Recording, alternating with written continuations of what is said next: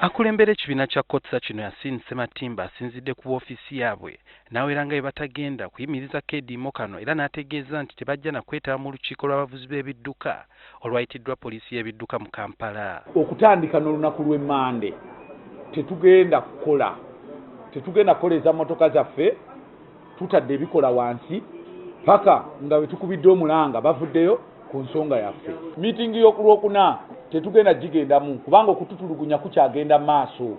Twaligenze mu miitingi y'okulwokuna singa bino ebikwekwete by'amaanyi eby'obutatuuliza bye tukompleiningako biyimiridde ne tulyoka tumala okukkiriziganya. Ono abadde addamu okusaba okwakoleddwa akulira poliisi y'ebidduka mu ggwanga Dr. Stephen Kasima ng'abasaba basazeemu okwediima kwe bategese ku Mande. Ono yategeezezza nga bwe bategeka okubasisinkana ku Lwokuna mu lukiiko lw'abavuzi b'ebidduka bonna. Obutakola kigenda kutuyamba ffenna abadreva abakolesa ebidduka kamunyeezo bannannyinizo n'abagenda kubonabona nga teri takisi ezitwala abantu tikikola.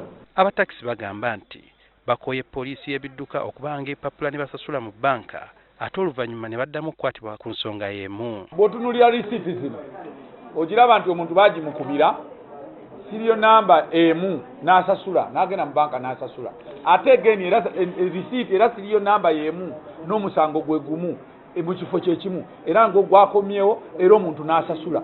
Tuyiseeko mu paaka za takisi mu Kampala nsanga mwatimbiddwamu n'ebipande ebikunga abavuzi ba takisi okwediima ku Mande era abavuzi baazo baliko bye boogedde. Ko tutuuseeko tusazeewo oteeka wansi ebikola ku lunaku lw'Emmande bakusasuza essente z'empapula n'engassi yaako ne wayita ebbanga ne bafulumira 2013 awataali na ngassi.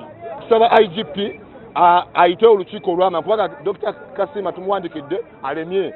Kyokka Dr. Kasima ategeeza olunaku lw'eggulo nti ensonga zonna ezitawanya abatakisi zisobola bulungi okugonjoolwa.